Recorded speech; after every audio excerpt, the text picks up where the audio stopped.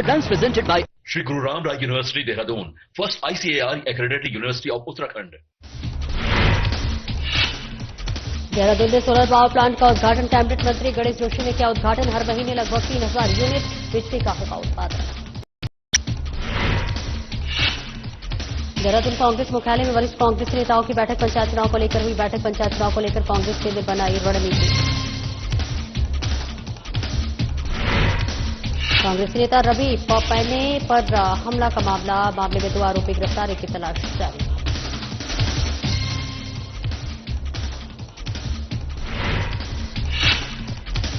और ऋषिकेश में दिव्य ज्योति योगशाला में योग कार्यक्रम आयोजित। योग से महिलाओं में दिखा उत्साह। हर दिन योग करने का महिलाओं ने लिया संकल्प।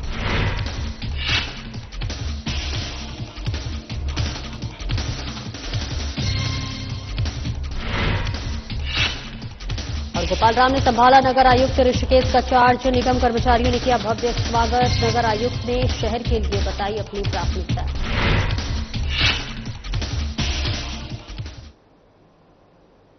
नमस्कार, स्वागत है आपका। मैं हूं आपके साथ सपना दीपक मंतेश। बुलेटिन का आगाज करेंगे।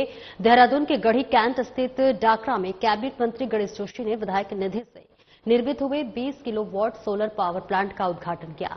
लगभग 10 लाख की लागत से निर्मित यह सोलर प्लांट डाकरा स्थित गुरुद्वारा में स्थापित किया गया है और लगभग 3000 यूनिट प्रतिमाह बिजली का उत्पादन इस संयंत्र के माध्यम से होगा। कैबिनेट मंत्री गणेश जोशी ने कहा कि पिछले वर्ष 14 जनवरी 2024 को मकर संक्रांति के पावन अवसर पर जब मैंने आप सबके बीच ये घोषणा की थी कि गुरुद्वारा साहिब परिसर में 20 किलोवाट क्षमता का सौर ऊर्जा संयंत्र स्थापित किया जाएगा, तब वे सिर्फ एक घोषणा नहीं थी, वह एक प्रतिबद्धता थी, एक वादा था।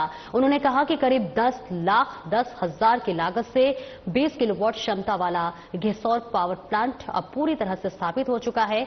इससे प्रतिदिन 100 यूनिट और महीने में लगभग 3000 यूनिट बिजली का उत्पादन होगा। अब गुरुद्वारा साहिब बिजली के क्षेत्र में पूरी तरह से आत्मनिर्भर हो गया है और अपनी बिजली खुद बनाएगा और अपनी बनाई बिजली खुद उपयोग करेगा। वहीं कैबिनेट मंत्री गणेश जोशी ने गुरुद्वारा में गुरु ग्रंथ साहिब के सम्मुख माथा टेका और आशीर्वाद लिया। प्लांट स्थापना स्थल के निरीक्षण के बाद समिति के पदाधिकारियों ने उनका औपचारिक स्वागत किया और उन्हें समिति की ओर से स्मृति चिन्ह भेंट किया। ओरेडा के अधिकारियों ने परियोजना के बारे में विस्तृत रूप से जानकारी दी।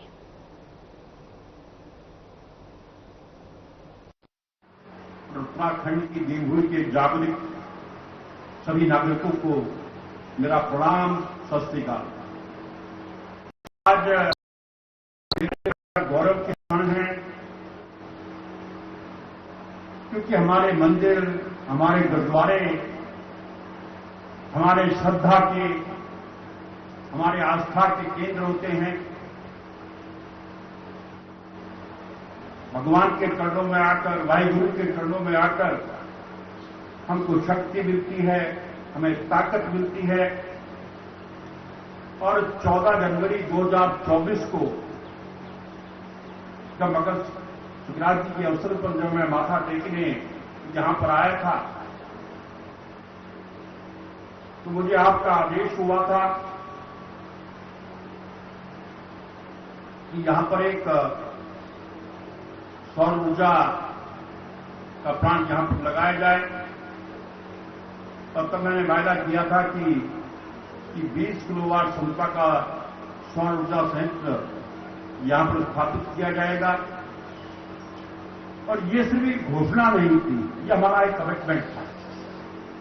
क्योंकि जब आज हमारा नेतृत्व नरेंद्र मोदी जैसा व्यक्ति कर रहा है, इस प्रदेश के अंदर हमारे युवा नेता पुष्कर सिंह धामी जी कर रहे हैं।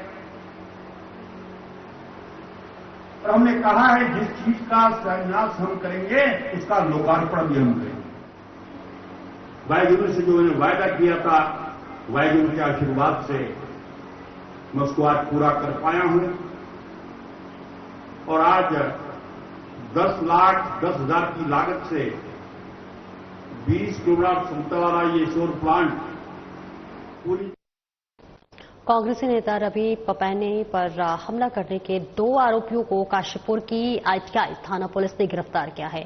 घटना में शामिल तीसरे आरोपी की तलाश जारी है। आईटीआई थाना अंतर्गत सैनिक कॉलोनी निवासी कांग्रेस पार्टी के प्रदेश सचिव एवं कुमाऊं संयोजक आईटी सेल रवि पपैने ने आईटीआई थाना पुलिस को तहरीर देकर कहा था कि 16 जून की रात करीब 11 बजे अचानक 3 लोग उनके पीछे से नकाब पहनकर आए और उन पर हमला कर दिया, जिससे उनके शरीर के अन्य अंगों में गंभीर चोट आई है। रवि पपैने की तहरीर के आधार पर आईटीआई थाना पुलिस ने तहरीर के आधार पर अज्ञात लोगों के खिलाफ बीएनएस की धारा के तहत मुकदमा दर्ज कर मामले की जांच शुरू की है। पुलिस अधीक्षक काशीपुर अभय सिंह और सीओ सिटी दीपक कुमार के नेतृत्व में 2 टीमों का गठन किया गया है। इस दौरान घटनास्थल के पास लगे सीसीटीवी फुटेज देखने को और दूसरी टीम को घटना में सम्मिलित अज्ञात लोगों की शिनाख्त के लिए मैनुअल रूप के लगाया गया है और पुलिस ने सुरागरसी, पतारसी और मुखबिर की सूचना पर चैती मैदान से घटना में सम्मिलित आयान शेख और सौरभ को हिरासत में लिया है। पुलिस गिरफ्तार आरोपियों के विरुद्ध आवश्यक वैधानिक कार्रवाई करने के साथ ही घटना में सम्मिलित हर्षित राणा की तलाश कर रही है।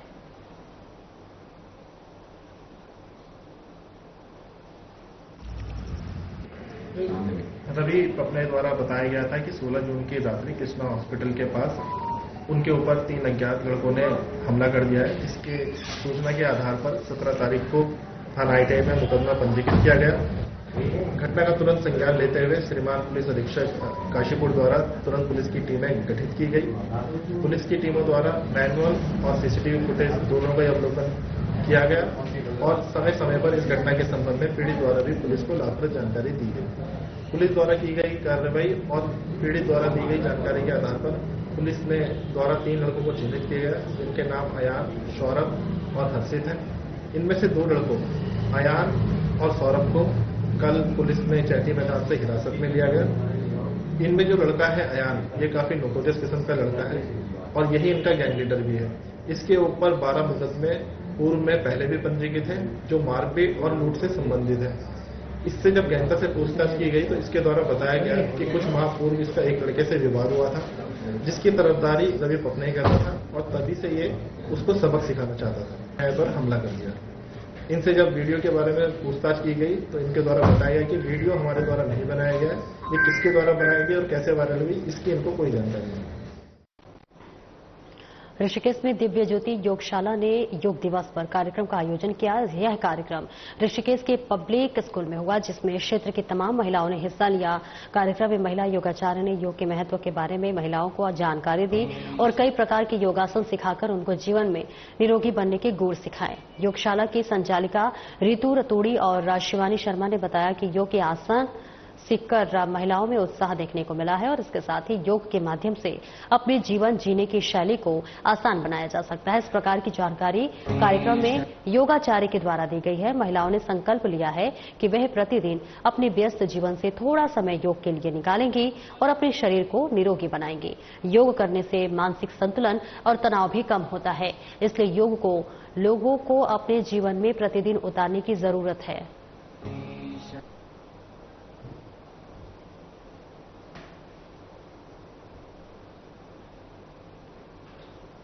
शैलेंद्र सिंह नेगी के ट्रांसफर होने के बाद गोपाल राम बिनवाल ने नगर आयुक्त ऋषिकेश का चार्ज संभाल लिया है। चार्ज संभालने के बाद पर्यावरण मित्रों और नगर निगम कर्मचारी ने नगर आयुक्त से मुलाकात की और उनको पुष्पगुच्छ भेंट कर भव्य स्वागत किया।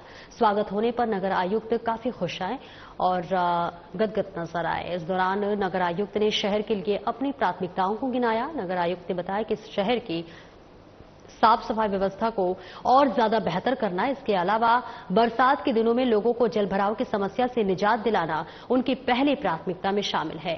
बरसात के समय 4 धाम यात्रा रोकने पर श्रद्धालुओं के लिए शहर में रहने की व्यवस्था करना भी नगर आयुक्त ने अपनी प्राथमिकता में शामिल होना बताया है और वही 4 धाम यात्रा बिना किसी बाधा के ऋषिकेश से संचालित हो, इसकी व्यवस्था करने की बात भी नगर आयुक्त ने कही है। शहर को सिंगल यूज प्लास्टिक मुक्त बनाने के लिए भी अभियान चलाया जाएगा।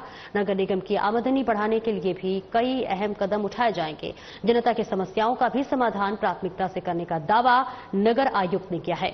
नगर आयुक्त ने बताया कि शहर की समस्या के समाधान के लिए प्रत्येक व्यक्ति उनसे सीधे आकर मिल सकता है।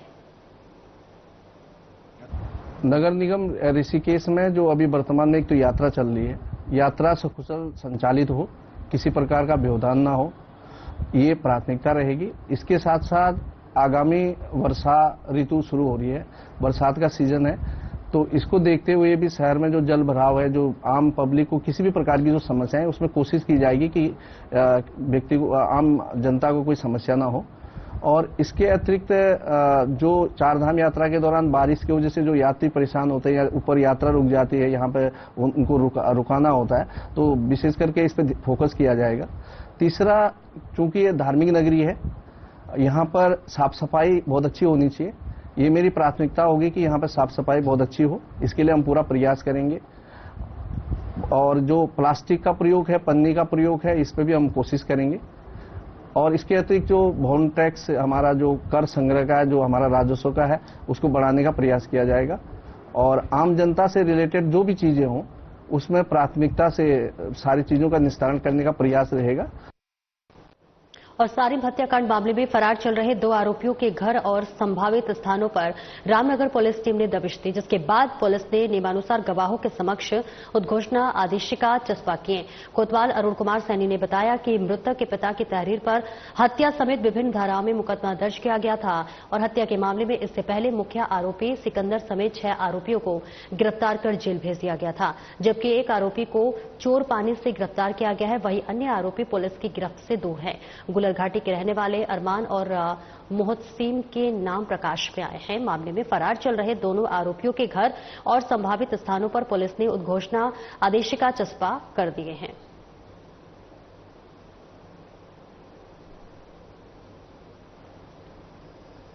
आगे बढ़ेंगे, जहां जनपद पौड़ी की नवनियुक्त जिलाधिकारी स्वाति एस भदौरिया स्वास्थ्य सेवाओं और कावड़ यात्रा को लेकर एक्शन में नजर आ रही हैं। जिलाधिकारी ने कावड़ यात्रा के मुख्य केंद्र रहने वाले लक्ष्मण झूला क्षेत्र में स्थित प्राथमिक स्वास्थ्य केंद्र का निरीक्षण कर कई दिशा निर्देश अधिकारियों को दिए हैं। आपको बताते चले कि नवनियुक्त जिलाधिकारी स्वाति एस भदौरिया ने लक्ष्मण झूला स्थित प्राथमिक स्वास्थ्य केंद्र का निरीक्षण किया और निरीक्षण के दौरान उन्होंने अस्पताल परिसर की साफ सफाई पर विशेष ध्यान देने के लिए निर्देश दिया है। आपको बता दें, चिकित्सकों को निर्देशित किया गया है कि मरीजों को किसी भी प्रकार की असुविधा न हो। जिलाधिकारी ने अस्पताल में दवाओं का पर्याप्त स्टॉक बनाए रखने के निर्देश भी दिए हैं। अधिकारियों को उन्होंने कहा है कि आने वाले दिनों में कावड़ यात्रा शुरू होने जा रही है, ऐसे में स्वास्थ्य सुविधाओं में किसी भी प्रकार की कोई कमी नहीं आनी चाहिए। और उन्होंने ये भी स्पष्ट किया है कि अस्पताल आने वाले मरीजों को सभी जरूरी दवाएं अस्पताल परिसर में उपलब्ध कराई जाएं। निरीक्षण के दौरान उन्होंने पंचायत विद्युत आपूर्ति और अन्य मूलभूत व्यवस्थाओं की जानकारी ली और उन्हें दुरुस्त बनाए रखने के भी निर्देश दिए।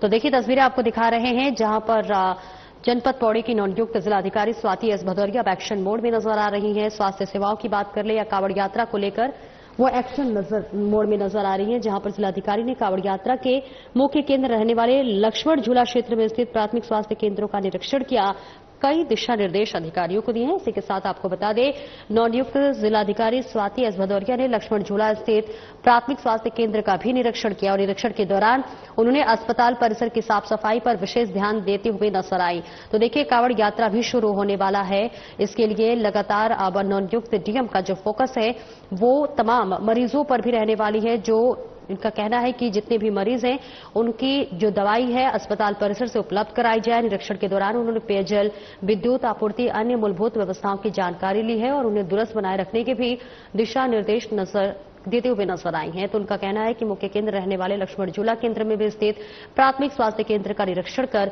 कई दिशा निर्देश अधिकारियों को देते हुए नजर आए। जनपद पौड़ी की नवनियुक्त जिलाधिकारी स्वाति एस भदौरिया स्वास्थ्य सेवाओं और कावड़ यात्रा को लेकर अब एक्शन मोड में नजर आ रही है। उन्होंने निरीक्षण किया ताकि किसी भी तरह की कोई भी चीज की कमी न हो।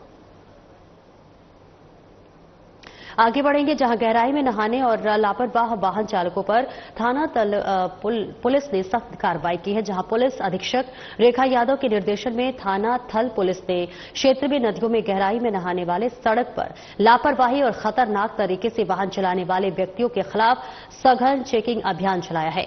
अभियान के दौरान नियमों का उल्लंघन करने वाले 8 व्यक्तियों के पुलिस एक्ट के अंतर्गत चालान किए हैं। साथ ही 12 वाहनों का चालान मोटर व्हीकल एक्ट में किया गया है, जिनमें से 6 वाहनों को मौके पर सीज भी किया गया।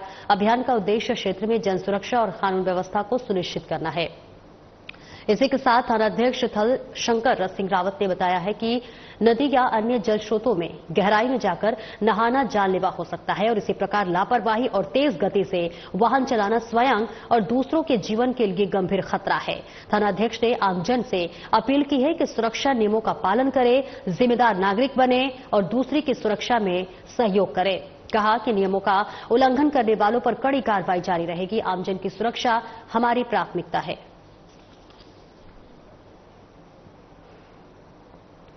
पहाड़ों में हो रही बारिश से नदी नाले उफान पर हैं। ऐसे में प्रशासन ने नदी किनारे रहने वाले लोगों के लिए अलर्ट जारी किया है। वहीं पुलिस भी नदी किनारे रह रहे लोगों को पुलिस अलर्ट कर रही है।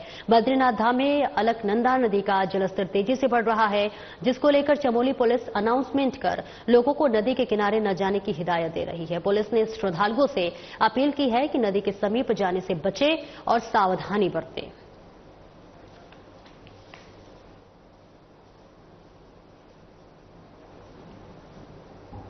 और वहीं कांग्रेस मुख्यालय में वरिष्ठ कांग्रेस नेताओं की महत्वपूर्ण बैठक हुई है, जिसमें पंचायत चुनाव को लेकर चर्चा हुई है। पंचायत चुनाव को लेकर कांग्रेस ने रणनीति बनाई है। क्षेत्र प्रभारियों को लेकर भी बैठक में चर्चा हुई।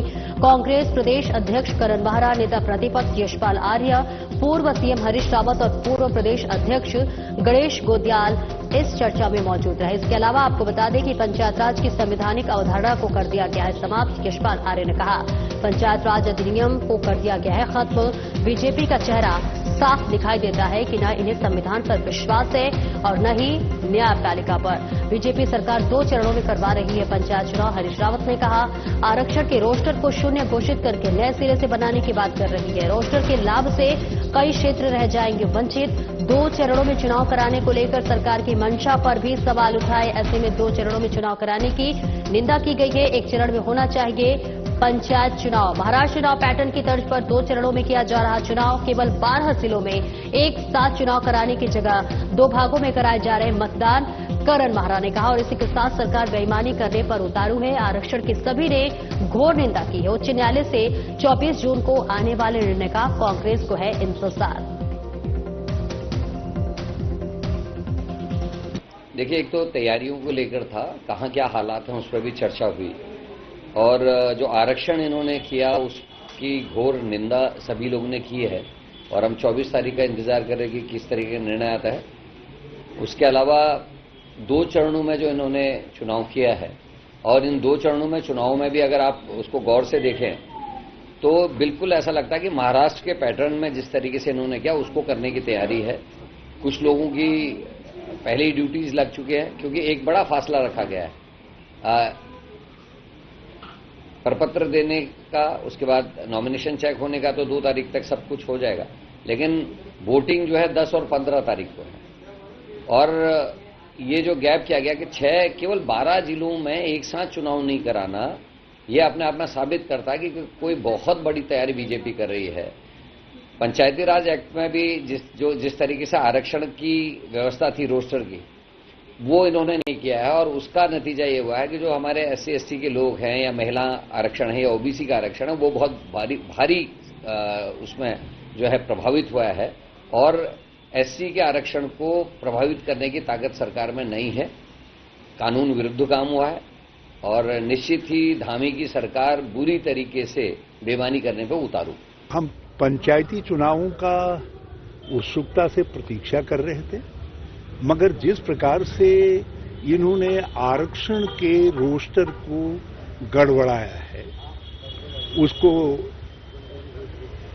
शून्य घोषित करके नए सिरे से बनाने की बात कही है, उससे कई क्षेत्र इस जो रोस्टर का लाभ है उससे वंचित रह जाएंगे। और आपने उसको 2 चरणों में कर दिया। क्या औचित्य है भाई 2 चरणों में करने का? बताइए ना, क्या औचित्य है? इसमें कुछ दाल में काला नजर आता है और ये कुछ नहीं है। महाराष्ट्र के अंदर जो पैटर्न बनाया गया चुनाव जीतने के लिए, ये पंचायतों पर भी उत्तराखंड में उसको लागू कर सकते हैं। तो हम ये 2 चरणों में करने की निंदा करते हैं। इसको 1 चरण में होना चाहिए था और हम सारी पंचायती शक्तियों से, सारी लोकतांत्रिक शक्तियों से अपील करते हैं कि वो सजग रहें। ये 2 चरणों के पीछे करने के जो इस सरकार की कुमंशा है, उस मंशा पर कड़ी नजर रखें। कि जो पंचायत राज की संवैधानिक अवधारणा है,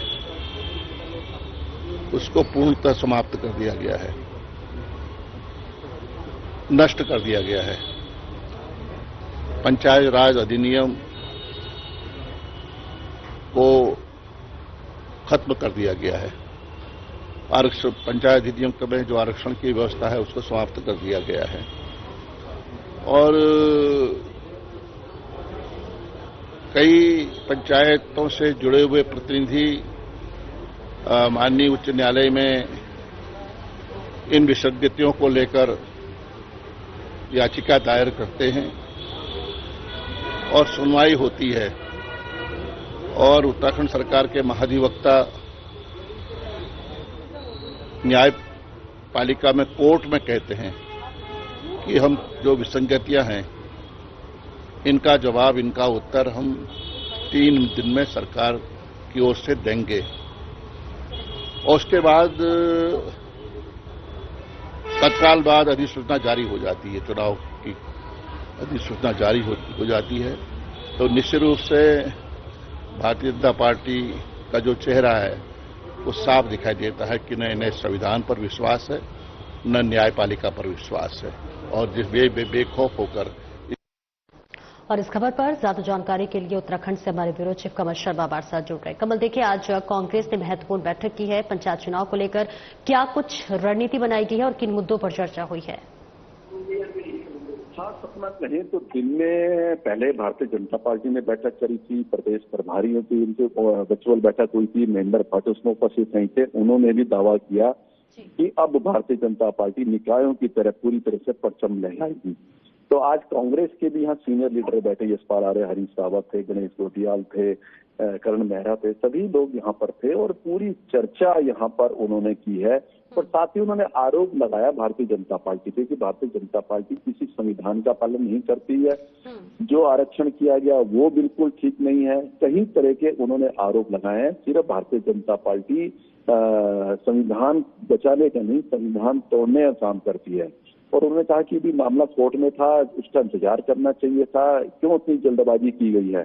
साथ ही उन्होंने कहा है कि अभी 24 तारीख को फिर कुछ सुनवाई होनी है, उसका इंतजार कांग्रेस कर रही है। तो कुल मिला के उन्होंने भारतीय जनता पार्टी पर काफी गंभीर टाइप के आरोप लगाए हैं। उन्होंने कहा जो भाजपा संविधान का दुहाई देती है वही कहीं न कहीं संविधान के खिलाफ लगातार काम कर रही है, नया रोस्टर लागू कर रही है, आरक्षण में कहीं कमियां थी, कोई सुनवाई नहीं हुई है, कितनी लोगों ने शिकायतें दर्ज की थी, आपत्तियां दर्ज की थी, लेकिन किसी प्रकार का निस्तारण नहीं किया। और जो सरकार ने चाहा और उसी हिसाब से निर्वाचन आयोग ने जो है आरक्षण किया है। बिल्कुल। क्या उम्मीदवारों की चयन प्रक्रिया पर भी कोई चर्चा हुई है, किस आधार पर चयन होगा?